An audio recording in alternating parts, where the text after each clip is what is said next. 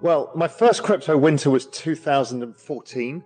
So I was in 13. I rode it all the way down 82% and all the way back up again into 2018. It feels much worse now because the number of participants in it is much broader. Everybody's angry. Everybody's fed up. Everybody's miserable losing money. But if you zoom out, ETH is back to where it was a year ago. So, but it feels a lot worse than it did then. It's weird. It just feels miserable. My view is the same. It's the long duration. It's the fear of inflation and liquidity being restricted. And if you think of it, crypto is a retail market predominantly, and you've just taken everybody's wages have gone up a bit, but prices went up more. So you've got negative real wages. So what that means is, if you want to pay for your food and your gas bill, you don't dollar cost average into crypto. It's a pretty simple calculation, and it worked pretty consistently. So we're seeing that it's a long duration asset, and it's sold off. Now the question is inflation beaten? I.e., is the rate of change going to come down? If it is, rates will come down, crypto will go up. And it's somewhere around this window, and I don't know where this window is. Could we have another puke? Pretty likely. The 60-month exponential moving average on Bitcoin is about 23,000, 22,500. Could we get there? Possibly. What does that mean for ETH? I don't know. Below 15,000? Possible. 1,500? Possible. But in the end, the macro is the driver of some of this. There's nothing else going on. There's no real negative news in the space. But what I'm also seeing is peak fear sentiment. I've never seen anything like that. My core position is mainly ETH. I moved from Bitcoin to ETH, but either way. And I just had a basket equally weighted of other stuff to be involved. So it's a small weighting. I think it was about 15% of my overall position, equally weighted. And you use it as a VC model, which is, okay, we'll see. And then, okay, sure, if something big comes out of it and you can change your weightings over time because you have more confidence in that particular thing, it works.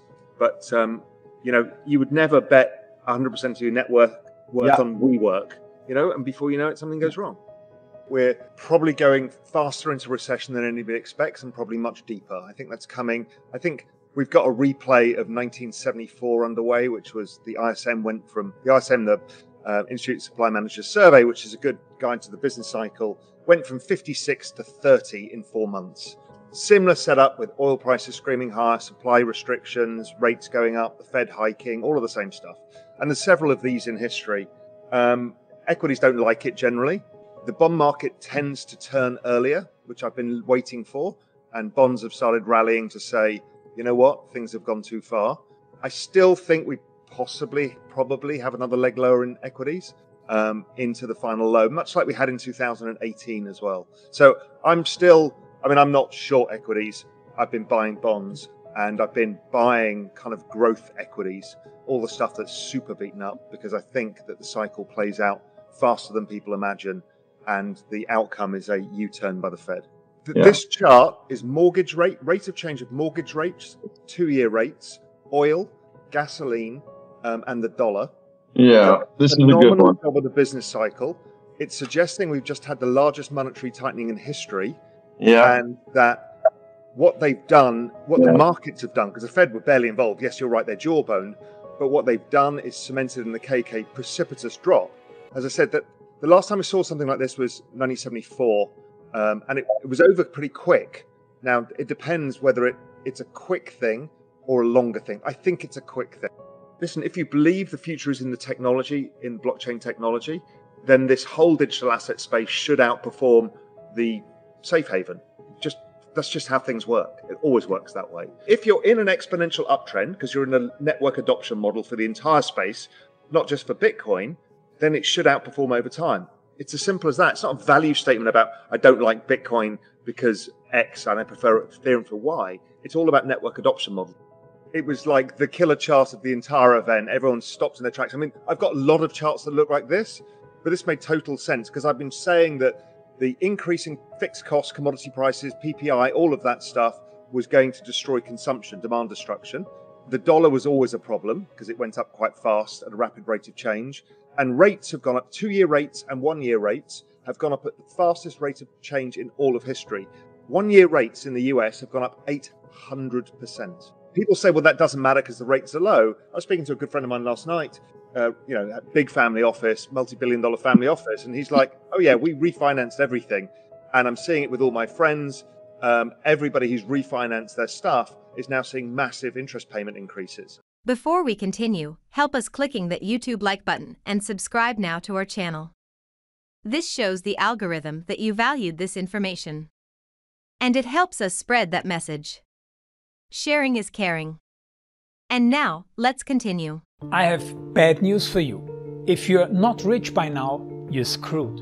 And if you're in debt, you're even double screwed. How so, you might wonder?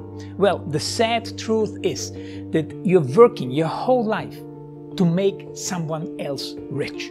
The mega corporations, the banks, the politicians, everyone is getting richer. They get your money. And what is even worse, they get your time, they get your life. You are not even in a rat race, you're in a financial prison. But what could a solution for you look like? Honestly, I don't know, but I know what a solution for me would look like. It's very simple. I use whatever money I have and I multiply it with 1,000. This could make my life much easier and probably yours as well. If you have $1,000 available and multiply this with 1,000, I believe that this could solve some financial issue for the one or the other. Of course, if you're ugly, you would have to multiply it with much more than 1,000. My name is Markus Dan, and this is what I decided to do. I decided to 1000x my money. This is not a joke. I know what you may be thinking. What is this guy talking about? How should this work? This is not possible. Well, I made a detailed video where I laid out my plan. And some clever folks might even want to look at this plan and copy it and do exactly what I do. This is just a little hint on the side. You have two options. You leave, you forget what you have seen. You do whatever you're doing and you hope that somehow you get some other results. Good luck with that. Or you click the link below the video. You enter your email address because I'm not showing this to everybody. You at least watch my video on how I plan to 1000x my money. The choice is yours. Make the right choice. Join me. See what a different future you could have. See at least how I intend, how I plan to do the 1000x. So click on the link below, enter your email address, and I see you on the other side. Your Markus Dan.